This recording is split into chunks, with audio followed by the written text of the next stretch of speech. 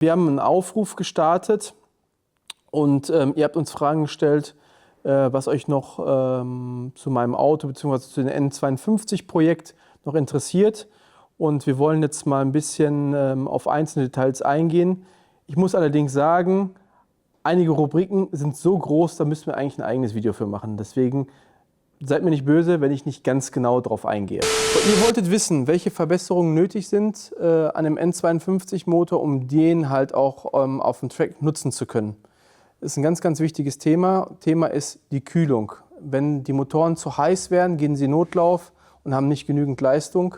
Es ist ganz, ganz wichtig, die Motoröltemperatur und Wassertemperatur so niedrig wie möglich zu halten. So, wie habe ich es gemacht? Ich habe einen großen Ölkühler verbaut, im N54 Thermostat. Das könnt ihr auch alles bei mir im Shop erwerben. Und dazu müsst ihr halt das richtige Öl fahren, da kommen wir aber nochmal gleich drauf. Dann nicht nur der Ölkühler ist wichtig, sondern auch der Wasserkühler. Ich habe dann einen vom M3 gewählt. Da ich sagen muss, ich habe einen aus dem Zubehör gewählt, da war die Thermik nicht ganz so gut oder die Kühlung. Dementsprechend bin ich auf den originalen E92 M3 Kühler gegangen und das hat am meisten geholfen. Dazu habe ich noch Rennkühlflüssigkeit im Motor drin. Das hat auch noch mal ungefähr 3% Kühlleistung gebracht. Dann beim M52 könnt ihr die Wassertemperatur mittels Programmierung und Drehzahl der Wasserpumpe auch noch anpassen lassen. Das habe ich bei SGS Solution machen lassen und mein Tipp, das würde ich auf jeden Fall machen. Je nach Zustand des Motors und Laufleistung würde ich euch empfehlen, einmal den Motor, die Pleulager neu zu machen. Auch dafür biete ich ein komplettes Kit an, weil wenn ihr einen Pleulagerschaden habt und ich sag mal, wie sagt man gesagt, ein Pleu left the chat, dann ist alles kaputt und ja, lieber vorher wechseln und dementsprechend auf Haltbarkeit gehen. Dann wolltet ihr wissen, welche Bremsen wir verbaut haben oder welche wir empfehlen mit der zugehörigen Kühlung. Ich fahre ja auf der Vorderachse die AP Racing 4-Kolbenanlage und hinten die M140 Bremsanlage. Ich sage euch ganz ehrlich, ja, AP Racing ist geil, aber ist echt nicht nötig. Ich muss ganz ehrlich sagen, ich hätte vorher auch die M140 Bremsanlage auf der Vorderachse und habe einfach mit den richtigen Belegen das gleiche Bremsergebnis gehabt und ist eigentlich preis-leistungstechnisch das Beste, was man machen kann. Wichtig ist immer hier, macht einen guten Bremsbelag drauf. Also ich empfehle wirklich den Endless MA45B. Das ist ein Langstreckenbelag. Ihr habt lange was davon. Ja, er kostet erstmal viel Geld, aber wenn man überlegt, dass ich teilweise 400 bis 500 Runden mit einem Satz Belege fahre, was wollt ihr mehr? Also, und teilweise 20 Runden am Stück Nordschleife und der funktioniert. Dann dazu kommt richtige Bremsflüssigkeit, Rennbremsflüssigkeit und natürlich dann die Stahlflexleitung. Wenn ihr das habt, funktioniert die Bremse auf dem Auto wirklich wunderbar und das ABS regelt auch noch einigermaßen vernünftig. MILFs, aber MILFs mit V. Ihr wolltet wissen, was diese bringen und was nötig ist. Also im Endeffekt ist es so, diese MILFs sind originale Abstandshalter von den Nockenwellen, die umgefräst werden, um 1 mm mehr Hub im Ansaugbereich in den Ventilen zu erreichen. Mehr Hub bedeutet gleich mehr Füllung im Rennraum, heißt auch gleich mehr Leistung. Ganz, ganz wichtig ist da aber, wenn ihr die nur einfach einbaut und die nicht richtig programmiert habt, bringt es euch gar nichts. Weil die variable Ventilhubverstellung muss darauf programmiert werden, dass halt auch dieser 1 mm mehr Weg auch gemacht wird von dem Ventilhubversteller. Wenn dies nicht passiert, habt ihr auch nicht mehr Leistung. Versprecht euch nicht allzu viel. Die Kombination in allen anderen Sachen heißt die MILFs, die Auspuffanlage, die Ansauganlage und die Programmierung. Das in Kombination bringt euch eigentlich die Leistung. Und ich sag mal, bei Sauger-Tuning sprechen wir da, wenn überhaupt, über 20 PS in Kombination allen um und dran. Ihr wisst ja, mein Auto hat so um die 270, 280 PS obwohl da alles gemacht worden ist. Saugertuning ist ein teures Tuning, aber wie gesagt, ich verspreche euch nicht so viel davon. Dann eine weitere Frage war, welches Differential ich fahre. Ich denke mal, Übersetzung ist gemeint und welche Sperre ich fahre. Also alle meine Differentiale macht Limited Slip. Florian Seibold, immer top zufrieden mit dem Mann gewesen. Also ist einer der wenigen Leute im Motorsport, dem man einen Teil liefert. Er sagt dann und dann ist es fertig und dann ist es dann auch fertig. Also nochmal, das ist eine Top-Adresse. Übersetzungsmäßig fahre ich eine 3,64 mit einer Sperrwirkung von 45%. Ich bin mal 60% gefahren. Auto war aber in den schnellen Kurven auf der Hinterachse sehr unruhig. Deswegen bin ich mit der Sperrwirkung ein bisschen runtergegangen. Und das Auto läuft seitdem viel, viel besser. Also da mal ein Tipp. Wer eine Übersetzung oder eine Sperre haben will, sprecht den Florian an. Übersetzungsmäßig könnt ihr fahren 3,64 oder 3,71 oder 3,73 ist das. Das funktioniert auf dem Auto je nach Reifengröße sehr gut. Fahrt ihr 2,35, 40, 17, empfehle ich euch die 3,46 Übersetzung.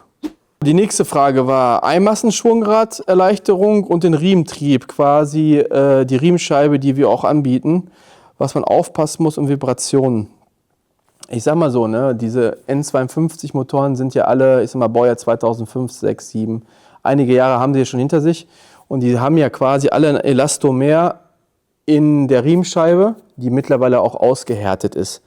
Und ich bin der Meinung, dass diese Riemenscheiben, die ausgehärtet sind, entweder genauso steif sind wie unsere angebotene erleichterte Riemenscheibe, wenn nicht doch durch Risse dann eine Umwucht selber bekommen und ich glaube, meiner Meinung nach sogar schlechter sind. Ja, man muss halt ein bisschen auf Vibration achten, aber wenn ihr keinen Klimakompressor verbaut habt, der andauernd an- und ausgeschaltet wird, habt ihr quasi permanent immer die gleiche Drehzahl und die gleiche ruhigen Lauf, dass das eigentlich nebensächlich ist. Beim Zwei-Masten-Schwungrad oder Ein-Masten-Schwungrad sieht es schon ein bisschen anders aus. Da müsst ihr wirklich auf Sachen achten, die hohe Qualität haben. Also da empfehle ich euch BTB Racing, die nutze ich halt auch. Ich habe tatsächlich zurzeit einen Prototyp von ihm verbaut, ein erleichtertes Zwei-Masten-Schwungrad. Aber da würde ich, glaube ich, noch mal ein eigenes Video drüber machen, weil ich glaube, das wird den Rahmen sprengen, wenn ich das alles erkläre. Also wie gesagt, es funktioniert. Also ich fahre wirklich, bin jahrelang jetzt gefahren, Einmassenschwungrad mit unserer erleichterten Riemenscheibe und habe keinerlei Probleme. Habe auch schon mal die Hauptlager raus gehabt und die sahen alle top aus. So, dann wolltet ihr noch fahren, welche Viskosität wir in dem N52 fahren und mehr zu dem Thema Lagerschalen haben. Lagerschalen würde ich noch mal, glaube ich, noch ein extra Video machen. Viskosität sage ich euch, kann ich gerne was zu sagen. Also, und zwar in den N52 Motoren ist ja serienmäßig quasi 5W30 vorgeschrieben, was eigentlich laut den ganzen Technikern, mit denen ich schon gesprochen habe, eigentlich nur ein Dieselöl ist und eigentlich schädlich für die Motoren ist und eigentlich nur für die Emissionen zuständig ist.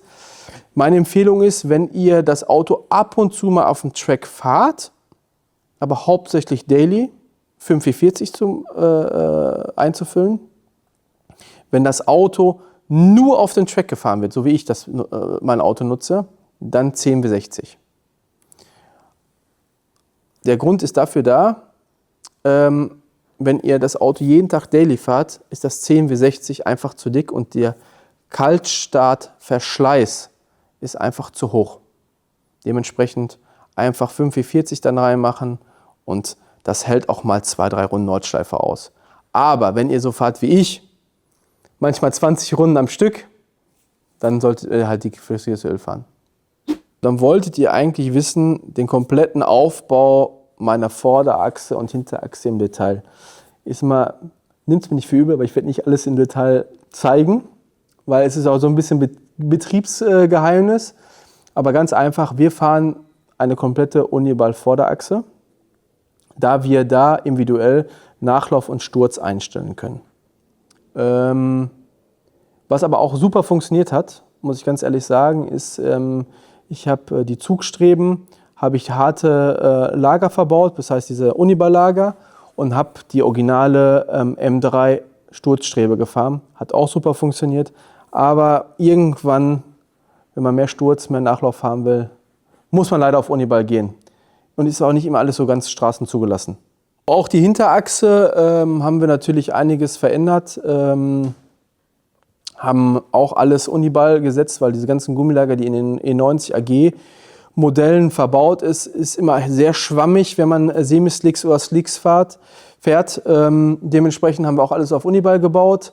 Auch alles individuell einstellbar. Und haben die Hinterachse auch in die Tonnenlager in Aluminium gesetzt, dass da auch die ganzen Schwingungen weg sind. Und ich habe dann zusätzlich noch, das muss man nicht unbedingt machen, aber die Hinterachse nach oben versetzt, um halt das Rollzentrum nochmal so einzustellen, dass das Auto wie in Originalposition so tief verlegt, wie es ist, dann auch wieder steht. Wolltet ihr quasi noch was zu der Bremskühlung wissen? Da haben wir was Eigenes entwickelt. Wir haben unsere eigenen Ankerbleche, wo die Bremsscheibe von innen nach außen gekühlt wird, und haben einen Adapter gebaut, was vom Radkasten oder originalen Luftführung quasi über einen Schlauch dann ins Radlagergehäuse gedrückt wird. Das passt allerdings nur für den E90 mit M-Paket. Alle anderen passt es nicht. Wir werden jetzt aber noch mal eine universelle Lösung bauen. Wird es auch demnächst bei uns im Shop geben, dass man quasi unten vom Querlenker oder von der Sturzstrebe einen Trichter hat, der dann direkt nach oben in die Bremse reingeht. An der Hinterachse haben wir auch aktuell was ganz Neues, weil das wird so ein bisschen beim E90 vernachlässigt, da dieser halt sehr viel über das ABS an der Hinterachse auf der Nordschleife regelt und da sehr hohe Temperaturen entstehen. Da habe ich jetzt auch eine Bremskühlung, die wir gerade testen. Erster Test war ein 80 Grad Unterschied. Und die werde ich auch jetzt demnächst anbieten. Aber da werde ich nochmal ein spezielles Video zu machen, weil da muss was angepasst werden, was euch sehr, sehr hohe Kühlleistung bringt. Aber da würde ich noch mal was zu sagen. Aber das blende ich euch jetzt nochmal alles ein. Ich hoffe, ich konnte euch eure Fragen alle beantworten. Entschuldigt bitte, wenn ich nicht ganz ins Detail gegangen bin. Solltet ihr noch weitere Fragen zu den BMW E90 haben oder zu den N250 Motoren, dann schreibt es doch einfach unten in die Kommentare und wir werden ein weiteres Video für euch erstellen.